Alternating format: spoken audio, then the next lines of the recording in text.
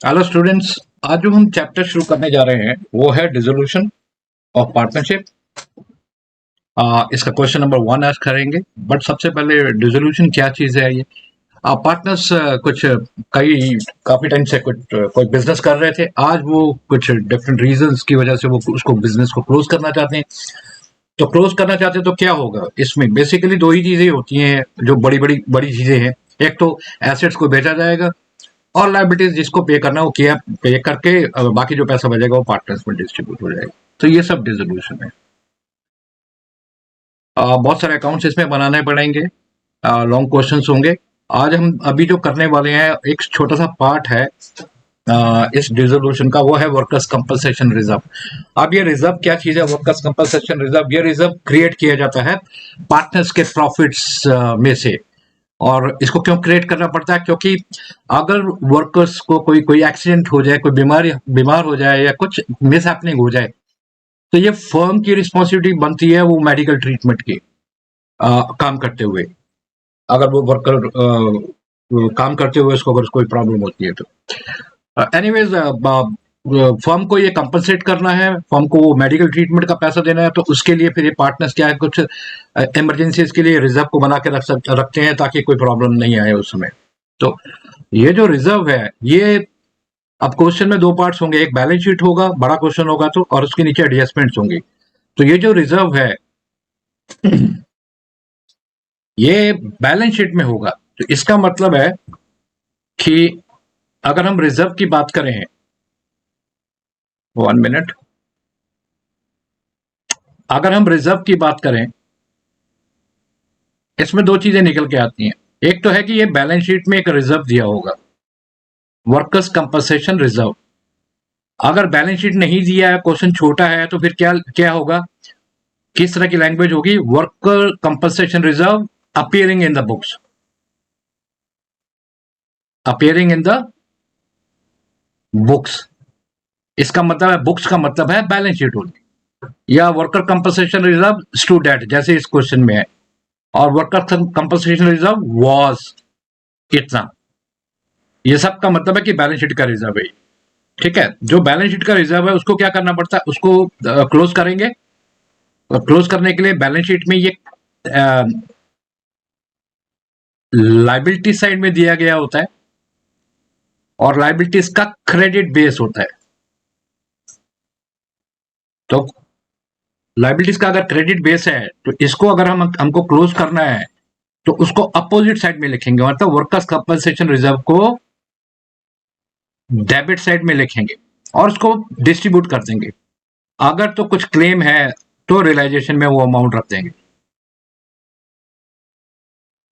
और बाकी जो है वो पार्टनर्स को डिस्ट्रीब्यूट कर देंगे। ठीक है। और दूसरा साइड पे जो है वो है क्लेम। अब जो क्लेम है वो क्वेश्चन अगर बड़ा होगा, बैलेंस शीट है, नीचे एडजस्टमेंट है, तो एडजस्टमेंट में दिया होगा ये क्लेम। क्लेम को क्या करना है, सीधा इसका पेमेंट करता है, जो भी क्लेम है उसका पेमेंट करना है। पेमेंट का एंट्री क्या होता है फिर, realization account debit to cash और बैंक, जो भी लिखना दो, कैश अकाउंट जो भी बना रहे हैं हम नीचे। तो इसका मतलब है कि ये बेसिकली फिर दो एंट्रीज, मैक्सिमम दो एंट्रीज हो सकता है। एक तो ये बैलेंस शीट का जो रिजर्व है वो डिस्ट्रीब्यूट करना है, और सेकंड जो है वो क्लेम है। अब कभी कभी सिर्फ ये नंबर 1 का ही एंट्री होगा, मतलब क्वेश्चन में को क्लेम ही नहीं है, क्लेम ही नहीं है तो नंबर 2 हो ही नहीं सकता, तो नंबर 1 एंट्री हो जाएगा और आंसर खत्म। कभी कभी क्या होगा कि क्लेम वाला ही एंट्री आ जाएगा, सिंगल एंट्री, मतलब वर्कर कंपनसेशन रिजर्व क्वेश्चन में है ही नहीं, बैलेंस शीट में है ही नहीं। जब है ही नहीं तो क्या डिस्ट्रीब्यूट करोगे, कुछ भी नहीं। तो सिर्फ क्लेम का एंट्री हो जाएगा। तो मैक्सिमम दो एंट्रीज हो सकता है और कभी कभी सिंगल एंट्री हो सकता है। तो इस तरह की यही डिफरेंट सिचुएशंस बनेगी। ठीक है। अब क्वेश्चन को हम देख लेते हैं एक बारी। पहला क्वेश्चन क्या है, worker compensation reserve stood at 1 lakh. तो स्टूड एट 1 लाख, ये बैलेंस शीट का रिजर्व रिजर्व है, इसको डिस्ट्रीब्यूट करना है। और इसके अगेंस्ट में कोई लाइबिलिटी नहीं है, तो फिर जर्नल एंट्री क्या बनेगा,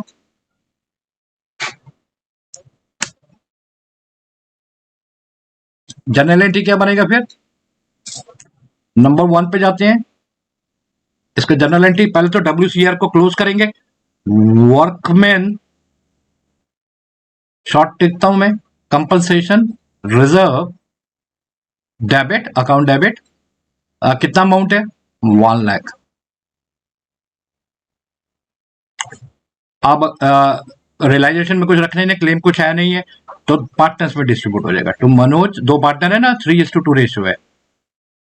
अगर क्वेश्चन को देखोगे तो उसमें 3:2 रेशियो में, ये 3:2 रेशियो दिया हुआ है, Manoj and Nand are partner, तो इनमें डिस्ट्रीब्यूट हो जाएगा। मनोज कैपिटल, ठीक है, 3/5 इसको मिल जाएगा 1 लाख का, जो कि हो जाएगा 60,000, and to Nand's capital account, इसको 2/5 मिल जाएगा ऑफ 1 लाख का, क्योंकि कुछ क्लेम ही नहीं था, ठीक है। अब ये क्या होता है कि ये जो रिजर्व है ये आउट ऑफ पार्टनर्स के प्रॉफिट में से क्रिएट किया गया था, जैसे मैंने बताया, और वर्कर्स को कुछ अगर कुछ हो जाए तो उसकी मेडिकल ट्रीटमेंट दी जाए। इस केस में क्या हुआ कि रिजर्व तो 1 लाख रुपए इकट्ठा हो रखा है, बट कोई क्लेम आया ही नहीं, कोई वर्कर को कोई प्रॉब्लम हुआ ही नहीं, और आज हम फॉर्म को क्लोज कर रहे हैं, तो अब ये रिजर्व का क्या करना है, तो डिस्ट्रीब्यूट ही होगा पार्टनर्स में, तो वो हो गया, ठीक है। अभी नंबर 2 में आते हैं। नंबर 2 में क्या है, वर्कर कंपनसेशन रिजर्व जो है वो 1 लाख है, ठीक है, ये रिजर्व है, इसको डिस्ट्रीब्यूट करेंगे, 1 एंट्री है, एंड उसके अगेंस्ट में एक लाइबिलिटी है जिसको पेमेंट भी करना पड़ेगा, तो दोनों एंट्री हो जाएगा ये, ठीक है। अब इसको देख लेते हैं, यहाँ पे नंबर 2 को दोनों एंट्री करते हैं। नंबर 2 का ए पार्ट, पहले तो वर्कर्स शॉर्ट में लिखता हूं मैं, वर्कर्स का, लेकिन एग्जाम में पूरा लिखना पड़ेगा, worker compensation reserve account debit, कितना है ये? 1 लाख है। टू, अब वहां 75,000 क्लेम बोल रहा है, तो इसका मतलब कि ये अमाउंट तो रियलाइजेशन में रखना पड़ेगा, to realization, sorry, realization account कितना रखना पड़ेगा? 75,000 क्वेश्चन में दिया हुआ है, 75,000 तो गया रिजर्व में से, तो पार्टनर्स के लिए कितना बच गया? 25,000। सो टू मनोज कैपिटल अकाउंट कितना? 3/5, और बचा कितना है? 25,000, तो ये कितना हो गया? 15,000 मनोज को आ गया, और टू नंस कैपिटल, इसको 2/5 और 25,000 जो भी रिजर्व बचा था, तो इसको मिल गया 10,000, ये हो गया। अब ये तो हो गया ए पार्ट। अब बी पार्ट में आ जाते हैं। बी पार्ट में क्या करना है कि ये जो क्लेम है ऊपर, टू रियलाइजेशन, जब भी हमने लिखा है ना ये टू रियलाइजेशन, ये जो टू रियलाइजेशन लिखा है इसको पे करेंगे, मतलब क्लेम को पे करेंगे, जो भी क्लेम क्वेश्चन में दिया गया है। क्वेश्चन में अगर देखेंगे तो क्लेम क्या है? क्लेम है यहां पर 75,000 का, नंबर 2 में 75,000 की लायबिलिटी है, तो उसको पे करेंगे। तो पे कैसे करेंगे? रियलाइजेशन अकाउंट डेबिट, कितना पे करना है? 75,000 टू कैश अकाउंट या बैंक अकाउंट, जो भी लिखने का, 75,000, ठीक है। तो ये बी पार्ट भी हो गया। नेक्स्ट में आते हैं, workers compensation reserve stood at 1 lakh, ये रिजर्व है जिसको डिस्ट्रीब्यूट करना है, add liability for workers compensation is 1,20,000, ठीक है। तो इसमें भी दोनों पार्ट्स हो जाएंगे। तो नंबर 3 है ये, इसका ए पार्ट पहले करते हैं। ये पार्ट क्या है, पहले तो वर्कर कंपनसेशन रिजर्व को डिस्ट्रीब्यूट करेंगे। तो workers compensation reserve account DR कितना है, जितना भी रिजर्व है उतना ही लिखना पड़ता है डब्ल्यूसीआर के अगेंस्ट में, क्योंकि ये जो वर्कर कंपनसेशन रिजर्व है ये बैलेंस शीट में है और इसको हमको क्लोज करना है, तो बैलेंस शीट में जो अमाउंट है वही मैक्सिमम हम यहाँ लिख सकते हैं, इसके अलावा कोई और अमाउंट आ नहीं सकता है यहाँ। 2, अब हमको रियलाइजेशन में कितना रखना है, क्लेम कितना है जो रियलाइजेशन में रखना है हमको। अब क्लेम जो है वो 1,20,000 है और हम मैक्सिमम हमारे पास रिजर्व है 1 लाख, तो 1 लाख का 1 लाख सारा का सारा इस रियलाइजेशन में रख देंगे, सारा का सारा गया। इसका मतलब है कि पार्टनर्स के लिए कुछ बचा ही नहीं है यहाँ पर डिस्ट्रीब्यूट करने के लिए। तो नरेशन आप सब में लिखते चले जाना, being workers compensation reserve transfer to realization account. ये बी का था, बीइंग रियलाइजेशन एक्सपेंसेस पेड, वो कोई डिफिकल्ट नहीं है तो इसलिए मैं इसको इग्नोर कर रहा हूँ। तो यहाँ पे हमने जो है workers compensation reserve balance sheet का जो पार्ट था उसको तो हमने डिस्ट्रीब्यूट कर दिया। अब आ गया बी पार्ट, बी में पेमेंट करना है। पेमेंट कैसे है, रियलाइजेशन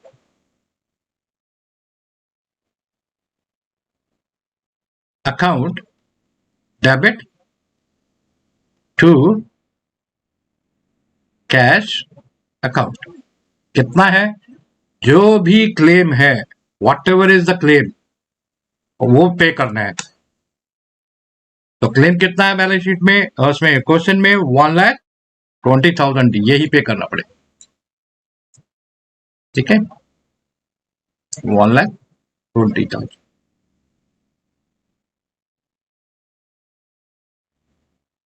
इसका मतलब देखो, अब ये पॉइंट नंबर 3 को एक बार फिर एक समझा देता हूं। वर्कर कंपनसेशन रिजर्व मैक्सिमम कितना आता है जो भी बैलेंस शीट में है इसके वर्कर कंपनसेशन रिजर्व के सामने, और क्लेम में क्या पेमेंट किया जाता है, जो भी क्लेम है वो क्वेश्चन में दिया गया क्लेम, तो ये अमाउंट्स दोनों ऐसे आ जाएंगे हमेशा, ठीक है। अभी नेक्स्ट पे चलते हैं, नंबर 4 लास्ट है ये। वर्कर कंपनसेशन रिजर्व 1 लाख था। अब ये जो मैंने बताया कि ये जो अमाउंट है ये तो WCR डेबिट जब लिखेंगे तो ये अमाउंट तो वहां पे जाएगी क्योंकि ये एक रिजर्व है, और लाइबिलिटी जो है जब हम टू कैश लिखेंगे तो ये जो क्लेम है ये वहां जाए, ठीक है। तो इसको कैसे करेंगे,